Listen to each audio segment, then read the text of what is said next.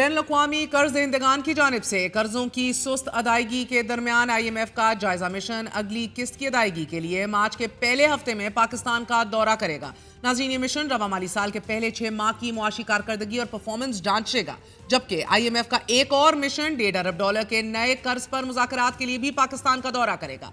जबकि सऊदी अरब ने मौखर अदायगियों पर $10 करोड़ की माहाना पेट्रोलियम मसनूआत की फरामी मजीद 1 साल जारी रखने का फैसला किया है। गुज़िश्ता साल के मुकाबले में इंपोर्ट्स में 17% और एक्सपोर्ट्स में 10% इजाफा हुआ। हुकूमत को 7 माह के दौरान फॉरेन डायरेक्ट इन्वेस्टमेंट में 56% इजाफा हुआ है। गुज़िश्ता माली साल के पहले 7 माह में 97 करोड़ 50 लाख डॉलर की सरमायाकारी हुई थी, जबकि ये रवा माली साल में जुलाई से जनवरी के दौरान बढ़कर $1.5 बिलियन तक पहुंच गई है। मौजूदा हुकूमत के पहले साल को कामयाब करार देना दुरुस्त होगा या नहीं? हमारे साथ मुशीर वजीर खजाना खुर्रम शहजाद मौजूद है। खुर्रम साहब, बहुत बहुत शुक्रिया साथ देने का।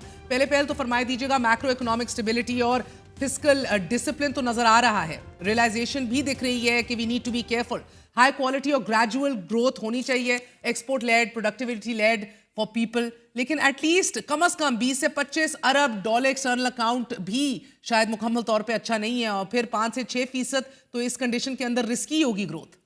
जी, अस्सलाम वालेकुम, बहुत शुक्रिया महर मुझे प्रोग्राम में लेने के लिए। देखिए, सबसे पहली बात ये है कि आज हमारे पास एक्सटर्नल अकाउंट की पोजीशन जो है वो काफ़ी हद तक बेहतर है, और काफ़ी ज़्यादा ये कह लें कि जो बफर्स हैं वो काफ़ी रीजनेबल हैं, at least in the short to medium term. और अगर आप गोइंग फॉरवर्ड बात करें तो डेफिनेटली ये बात ठीक है, क्योंकि हमने जो है महर इंपोर्ट लेट से उठ के एक्सपोर्ट लेट की तरफ जाना ही जाना है, अब कोई और ऑप्शन नहीं है। जैसे फाइनेंस मिनिस्टर साहब भी अक्सर इस चीज को पॉइंट आउट करते हैं कि हमें एक्सपोर्ट लेट ग्रोथ चाहिए, और हमने उस पे सब कुछ करना है जो कि एक्सपोर्ट लेट ग्रोथ को इंश्योर कर सके। और obviously it has to be driven by private sector investments. तो ये तो हमारा एक फंडामेंटल स्टांस है, ये एक फंडामेंटल जो है ना एक फिलॉसफी होनी चाहिए, और है अब कि जी हमने एक्सपोर्ट लेट ग्रोथ की तरफ जाना है। हमने बहुत जल्दी में जो है वो सारी चीजें नहीं करनी जो पिछले कई सालों से होती आई हैं, और जिसने हमें दोबारा फंड की तरफ लेके जाने पर मजबूर किया, और हर मर्तबा हमारी सिचुएशन खराब हुई। एक तो होता है ना कि जी आप फंड के पास गए और आप फिर बेहतर हो गए, और फिर आप जबरदस्त हो गए और इतने अच्छे हो गए कि पिछली मर्तबा से बहुत बेहतर हो गया, और फिर आपने उससे बड़े जो है वो इकोनॉमिक ग्रोथ अचीव की।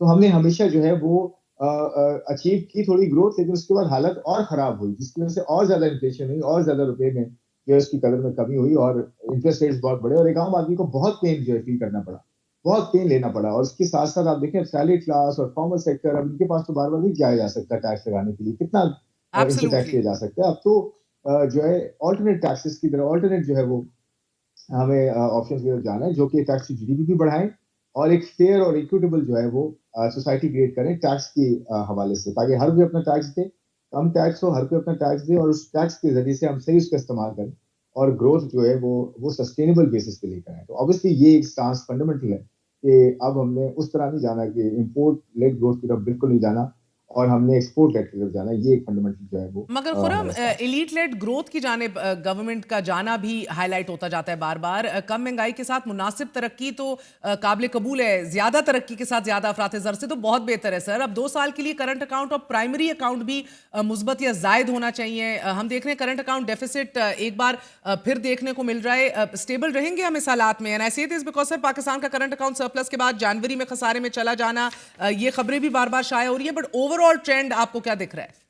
मैं 7 महीने की बात कर रहा हूँ। अगर जी। आप टोटल 7 महीने की बात करें तो हम सरप्लस में खड़े हैं। 1 महीने की बात नहीं कर रहा मैं 7 महीने की बात कर रहा हूँ। अगर आप होलिस्टिक पूरी पिक्चर देखें, एक आध महीना तो ऊपर नीचे हो सकता है, लेकिन देखें करंट अकाउंट अगर मतलब आपके यहाँ अगर मंथली जो है 3-4 महीने से अगर सरप्लस आ रहा है हम्म। और 1 महीना वो खसारे में गया है, तो ये मतलब लार्जर पिक्चर देखूंगा मैं कि 6 मरतबा बेहतरी हुई है और 1 मरतबा अगर खराबी थोड़ी सी हुई है तो वो खराबी नहीं है।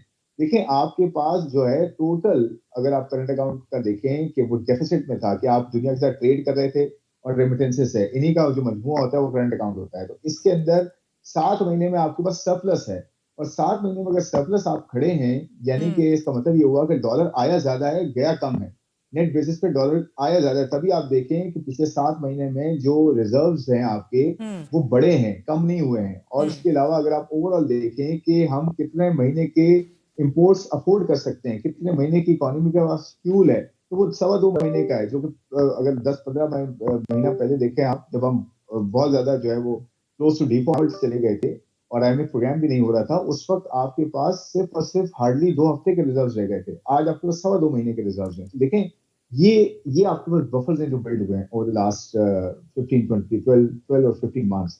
तो मेरे कहने का मतलब ये एक आध महीना अगर करंट अकाउंट खसारे में जा रहा है तो वो कोई इतना बड़ा इशू नहीं है। ओवरऑल हाँ। पिक्चर अगर आप देखें सरप्लस में, और अगले आने वाले महीनों में खसारे में हम जाते भी हैं।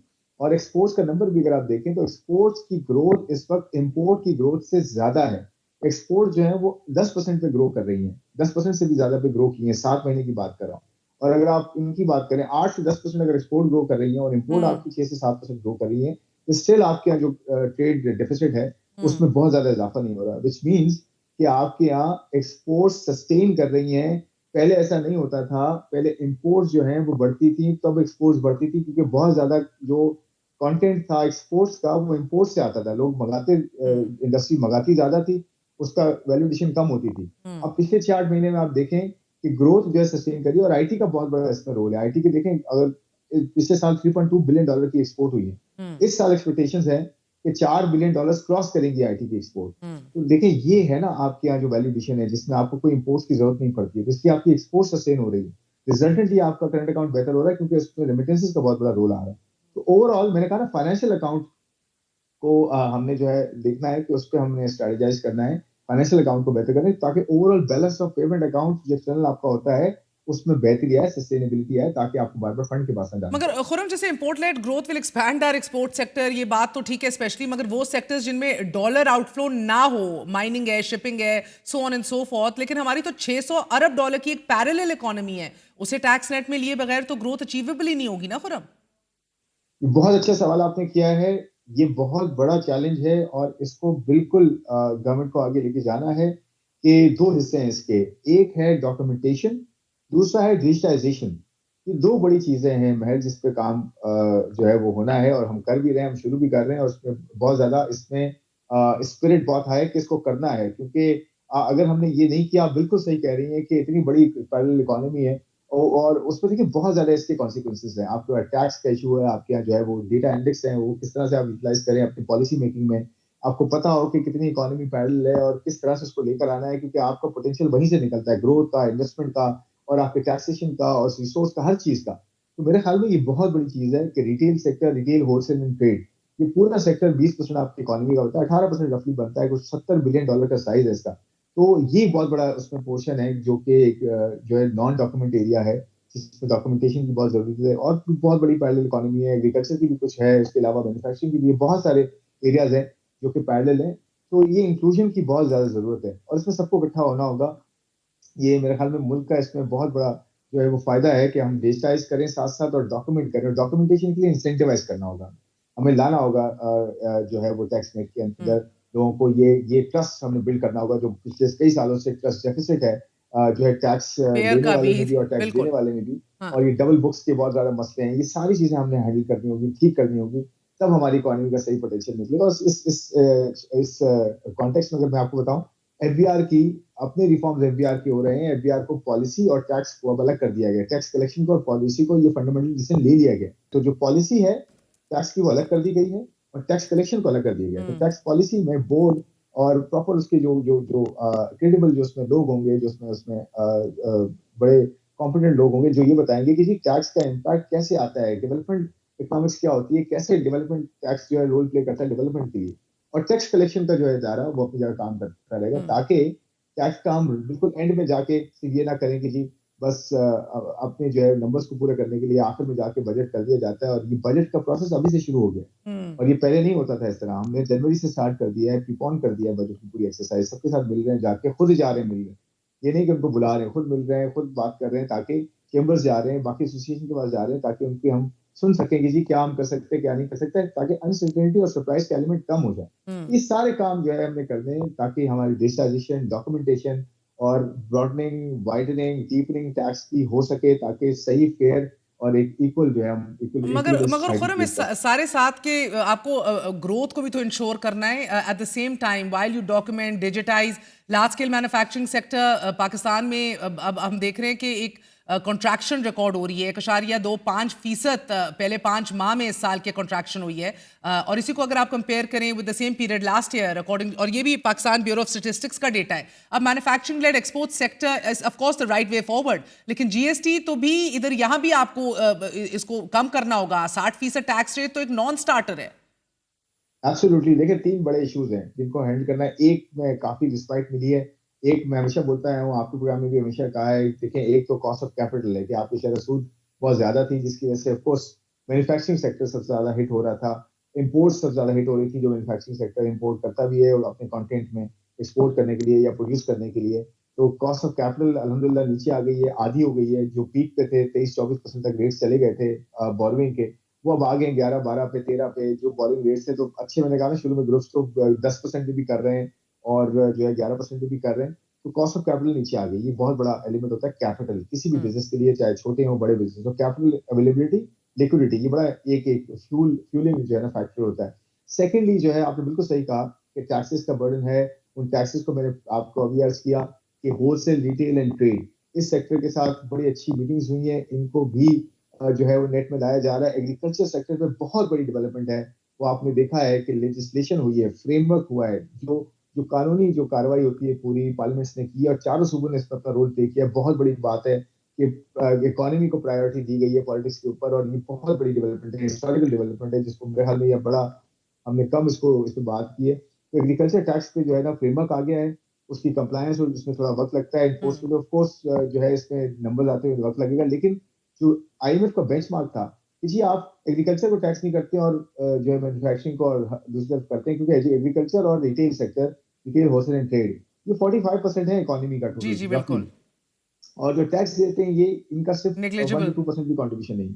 और रिमेनिंग जो 55% है इकोनॉमी का हिस्सा, वो 98% टैक्सेस देता है। आप सोचिए कितना बड़ा जो है वो एक इक्वेशन का जो है मिसमैच है। हम्म। इसको ठीक करने की हमने बात की है, ताकि हम एग्रीकल्चर हो, रियल स्टेट हो या होलसेल ट्रेड इन रिटेल हो, ये सेक्टर जो अंडर टैक्स है या अनटैक्स है, इनको हम आहिस्ता आहिस्ता लेकर आए टैक्सेस टैक्स के अंदर, और फॉर्मल इकोनॉमी से टैक्सेस कम करें, सैलरी क्लास से कम करें।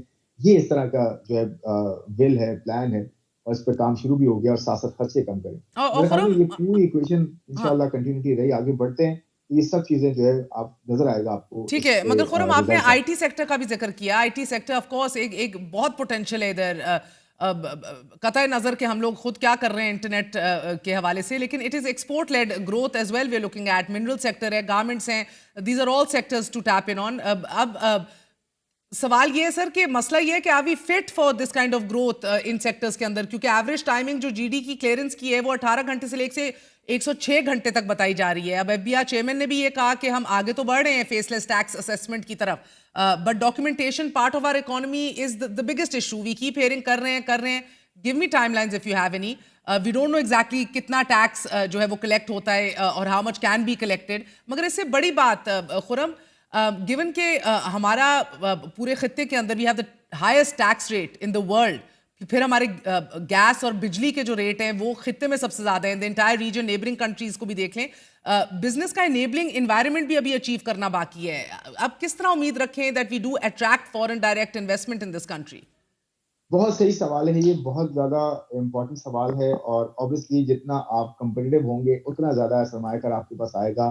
कंपेटिटिव नहीं होंगे, सरमायाकार दूसरे इकोनॉमीज में जाएगा। ये बिल्कुल ऐसे ही है, मैच जैसे प्रोडक्ट्स होती हैं और कंपेटिटिव प्रोडक्ट्स आपको प्रोवाइड की जाती हैं।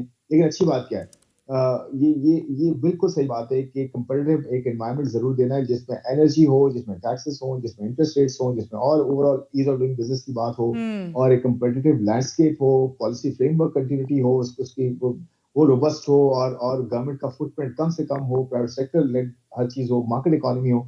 ये बहुत बड़ी चीजें हैं और यही करनी है। इस पर बहुत हद तक हमने काम किया भी है और काफी हद तक जो है चीजें की भी हैं। आपने देखा होगा, जिसमें मैंने कहा कि कॉस्ट ऑफ कैपिटल नीचे आया, स्टेट बैंक ने इसमें बहुत बड़ा रोल प्ले किया, रुपये को स्टेबलाइज किया। ये बहुत बड़ा एक रोल होता है किसी भी इन्वेस्टर का, चाहे वो बाहर का हो, अंदरूनी हो। अंदरूनी वाला इम्पोर्ट करता है, बैरूनी इन्वेस्टर जो होता है बाहर का जो होता है, वो ये देखता है कि जी कितनी स्टेबिलिटी है करेंसी में, ताकि आगे ये तो नहीं है कि मैं एक दिन इन्वेस्ट करूं, अगले दिन मेरा रुपये या कोई भी करेंसी डेप्रिसिएशन की वजह से मेरा रिटर्न कम हो जाए। तो ये हम्म। बिल्कुल इनको तो हैंडल किया गया है ना। आप देखें कि 15 महीने से पाकिस्तानी रुपये डॉलर के अगेंस्ट स्टेबल है, हम्म। और पूरी दुनिया में बेहतरीन करेंसीज में आई है। हम्म।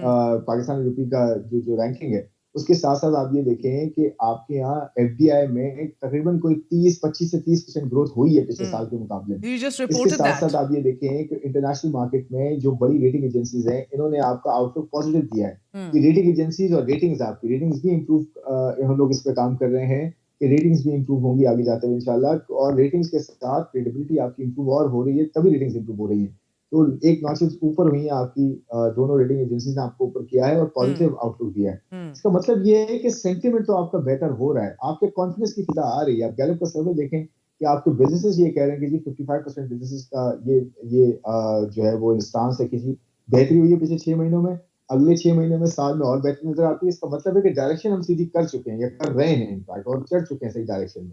अब देखना ये कि ये हम इसको कितना जल्दी करते हैं, ये कोशिश हमारी है कि जो आपने एनर्जी की बात की, एनर्जी पे बहुत ज्यादा काम हो रहा है। आपको नजर आएगा इंशाल्लाह आने वाले महीनों में कि किस तरह से प्राइसेस नीचे की जाएंगी, किस तरह प्राइसेस जो है वो कंपेटिटिव करने की कोशिश होगी और रिजल्ट नजर आएगा।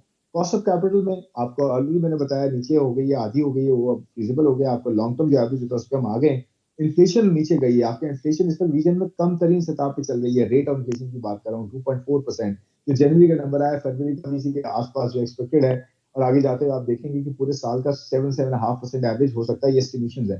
तो आपके पास इन्फ्लेशन रीजन में कम से कम है। आप नाइजीरिया, तुर्की, अर्जेंटीना और जो है आप एक दो और कंट्रीज की मैं बात करता हूँ, उनकी इन्फ्लेशन जब थी पिछले 1.5 साल पहले, तो हमारा रेट ऑफ इन्फ्लेशन उनसे ज्यादा था। हमारा 38% पे था, उनका 35 के अराउंड एवरेज कर रहा था। आज उनकी एवरेज इन्फ्लेशन अभी भी 35-36 है। तुर्की में आज भी 42% इन्फ्लेशन है और 80% से 42 पे आए वो, और हम 38 से 2.5% पे आ गए। तो देखिए कितना बड़ा फर्क पड़ा है। ये इंपॉर्टेंट चीज है ना, इसकी वजह से इन्वेस्टर का कॉन्फिडेंस बढ़ता है कि इन्फ्लेशन इतनी नीचे हो गई है। अब आहिस्ता आहिस्ता ग्रोथ आना शुरू होगी, सस्टेनेबल ग्रोथ मगर आएगी। अब इस खुरम इकोनॉमी में कतक इन्वेस्ट मुझे ये किया जाए, बात समझाएं, इसकी करेंसी। ये ट्रांसपेरेंसी इंटरनेशनल में जो रेटिंग खराब हुई है, क्या उसका कोई इम्पैक्ट पड़ेगा एफडीआई पे? देखिए मुझे लगता है कि उसको बिल्कुल देखने की जरूरत है, लेकिन एक दो नॉचेस का फर्क पड़ा है, मेरे ख्याल में कोई बहुत सिग्निफिकेंट नहीं है, बस स्टिल एक नॉच का भी फर्क हो तो नेचुरली देखना चाहिए। बट देखें, ये वो वाले इश्यूज हैं, मैं लार्जर इश्यूज हैं, इनको आगे लेके चलना है, इनको देखना है हमने, इनको सस्टेनेबल बेसिस पे जो है वो ठीक करना है। लेकिन एक दो नॉचेस से मेरा ख्याल में कोई फर्क नहीं पड़ना इतना ज्यादा, जितना जैसे मैंने आपको ये जो इन्वायरमेंट बताया पूरा। देखें, करप्शन की जो बात है, वो मसले बहुत बड़े हैं, वो डेफिनेटली प्रायोरिटी पे हैंडल होने चाहिए, और ये अगर खराब होती हैं रैंकिंग्स तो इसका एक असर होता है डेफिनेटली। मैं ये नहीं कहूंगा कि असर बिल्कुल नहीं होता, लेकिन एक लार्जर स्कीम ऑफ थिंग्स में अगर एक चीज बहुत बेहतर हुई है और एक चीज थोड़ी सी डिटेरियोरेट हुई है, तो मेरे ख्याल में इन्वेस्टर नेट नेट बेसिस पे देखता है कि जी शॉर्ट टू मीडियम टर्म में बेहतरी ज्यादा बेहतर है और अच्छी हो रही चीजें, और आगे जाते हुए डायरेक्शन ठीक है, एफर्ट्स चल रही हैं, तो इसकी बेसिस पे उसको ये वैल्यू नजर आती है, तो वो इन्वेस्ट करना या उसकी तैयारी शुरू कर देता है। तो मेरे ख्याल में नेट बेसिस पे आपको बेहतरी नजर आ सकती है, और इन्वेस्टर का जो स्टांस है मेरे ख्याल में वो बेहतर हुआ है, काफी हद तक बेहतर हुआ है, और आप देखेंगे आने वाले महीनों में। और ये रिव्यू आ रहा है हमारा आईएमएफ का इंशाल्लाह, एक मतलब ये हमारा कंप्लीट होता है तो आप देखेंगे मजीद एक जो है बहुत ना। बहुत शुक्रिया। खुरम शहजाद हमारे साथ मौजूद थे, आपने तफसीली गुफ्तगू सुनी। मैक्रो इंडिकेटर्स मुस्बत दिखाई दे रहे हैं, आगे माइक्रो इंडिकेटर्स को ठीक करने की ज़रूरत है, इस्लाहात की तरफ बढ़ने की ज़रूरत है, privatisation and private sector led and export led growth की तरफ जाने की ज़रूरत है। But we are moving ahead in the right direction.